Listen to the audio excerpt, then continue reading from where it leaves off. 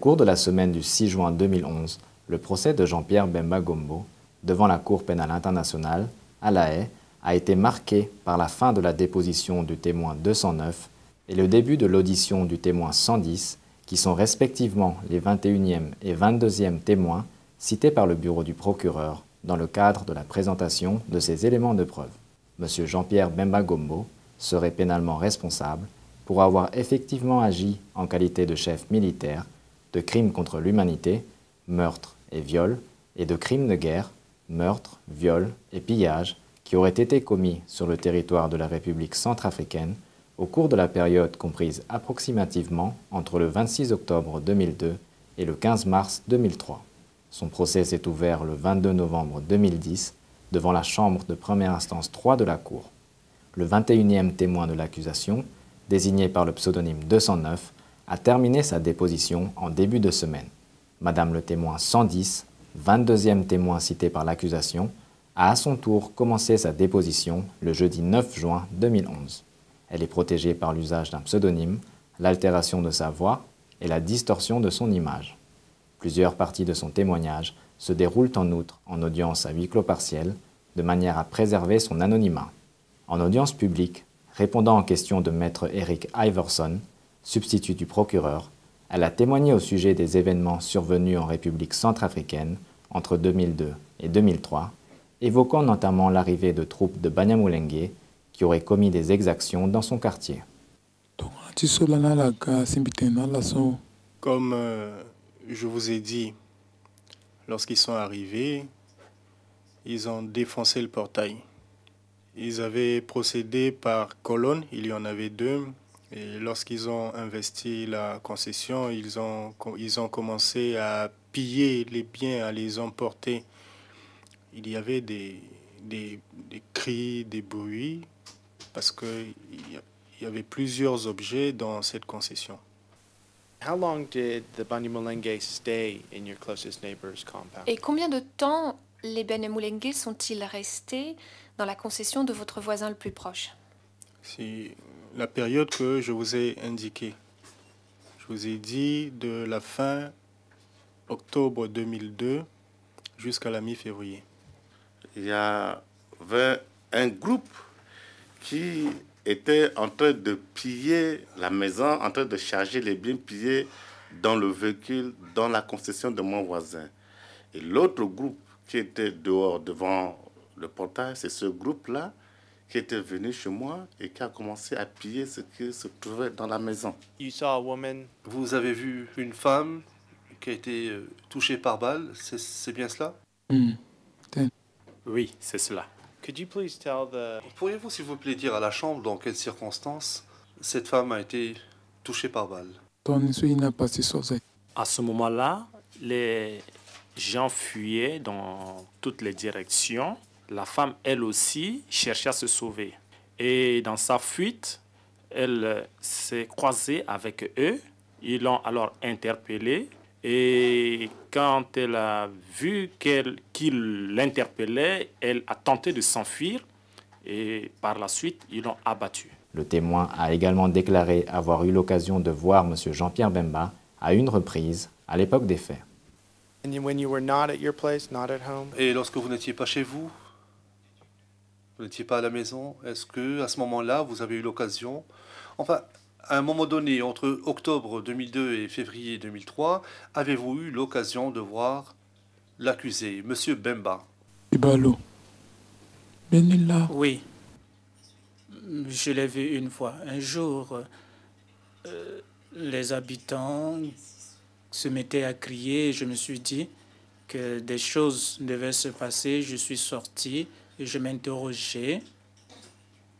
Et on m'a dit que voilà, le chef des Banyamulenge était arrivé.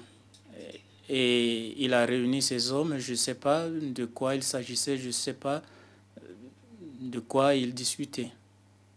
And just to follow up on Et alors donc, question supplémentaire maintenant concernant le rassemblement avec Monsieur Bemba. Vous avez dit que c'était sur le terrain de l'école.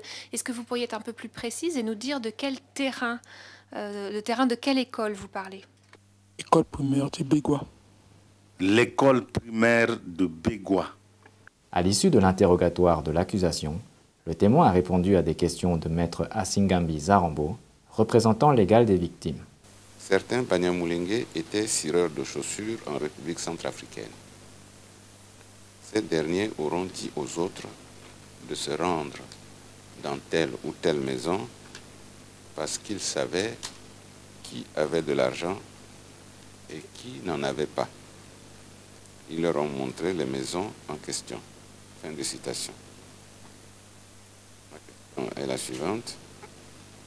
Avant l'arrivée des troupes de Mbemba, est-ce que les Congolais, qu'on appelait autrefois Zaïrois, qui vivaient en République centrafricaine et qui exerçaient la profession de cireur dont vous avez parlé, est-ce que ces Congolais-là, on les appelait Banyamulenge avant l'arrivée des troupes de Mbemba? Non, ce n'était pas comme cela. Nous savions seulement à l'époque qu'il y avait beaucoup de monos dans nos quartiers respectifs. Et ce n'était qu'après l'arrivée des hommes de Bemba que nous avions su qu'on pouvait également les appeler Banyamulenge. Ce fut ensuite au tour de l'équipe de défense de M. Bemba Gombo, représentée par maître Aimé Kilolo Moussamba, de mener son contre-interrogatoire du témoin 110. Madame le témoin, lorsque vous dites 30 octobre 2002, est-ce que c'est à cette date que vous avez personnellement vu les personnes que vous appelez Banyamulenge à PK12?